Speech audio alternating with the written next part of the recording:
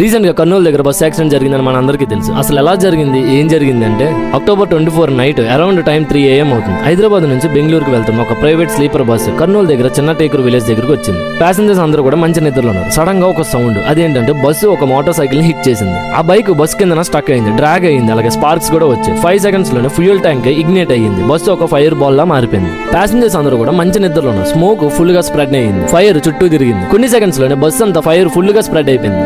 చాలా మంది లోపల ట్రాప్ అయిపోయారు. ఎమర్జెన్సీ డోర్స్ కూడా ఓపెన్ అవ్వలేదు. గ్లాస్ బ్రేక్ చేయడానికి ట్రై చేశారు, కానీ ఫైర్ ఆ మాత్రం ఛాన్స్ కూడా ఇవ్వలేదు. కొంతమంది లక్కీ ప్యాసింజర్స్ ఏంటంటే విండోస్ పగలగొట్టుకుని బయటపడ్డారు, కానీ 19 నుంచి 20 మంది అక్కడే స్పాట్ లో చనిపోయారు. బాడీస్ ఎలా కాలిపోయినాయి అంటే కనీసం వాళ్ళని గుర్తు కూడా పట్టలేము. DNA టెస్ట్ వల్ల ఐడెంటిఫై చేశారు. పోలీస్ ఇన్వెస్టిగేషన్ లోనే ఏం చెప్తున్నారంటే ఆ బైక్ డ్రంక్ రైడర్ వల్ల యాక్సిడెంట్ జరిగిందని. అది NH-44 black spot area, already dangerous zone అని డిక్లేర్ చేశారు. స్పీడ్ ప్లస్ నైట్ డ్రైవ్ వల్ల యాక్సిడెంట్ జరిగింది.